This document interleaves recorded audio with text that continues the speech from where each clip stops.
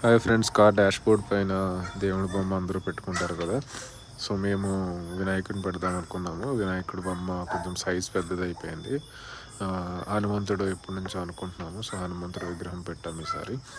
So ఇది మీరు ఎప్పుడన్నా డాష్ బోర్డ్ పైన ఫెవిక్విక్, గ్లూస్, ఎడిసోస్ యూస్ చేస్తే కొంచెం డాష్ బోర్డ్ పాడయ్యే ఛాన్స్ ఉంటుంది. అండ్ తర్వాత బొమ్మ చేంజ్ చేయాలన్నా అది డాష్ బోర్డ్ మొత్తం పాడు చేస్తుంది. బొమ్మ అయితే ఎలా ఉన్నా డాష్ బోర్డ్ కొంచెం జాగ్రత్తగా చూసుకోవాలి కదా, తర్వాత గీతలు అయి పడతాయి కూడా.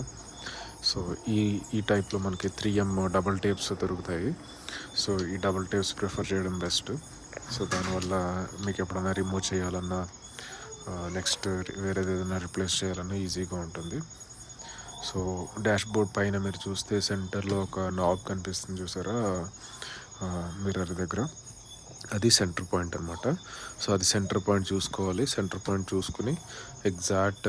అండ్ అగైన్ ఇంకొకటి ఏంటంటే, మనం పెట్టే బొమ్మ పైన మిర్రర్కి హైట్కి కంఫర్టబుల్గా సరిపోయేలా ఉండాలి. సో ఇది 11 సెంటీమీటర్ బొమ్మ అనమాట.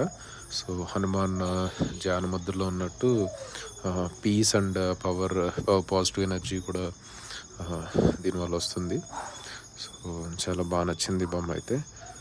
అట్లా సెట్ చేసాము. ఎక్సలెంట్ ఉంది. All right, please subscribe for more videos. Thank you.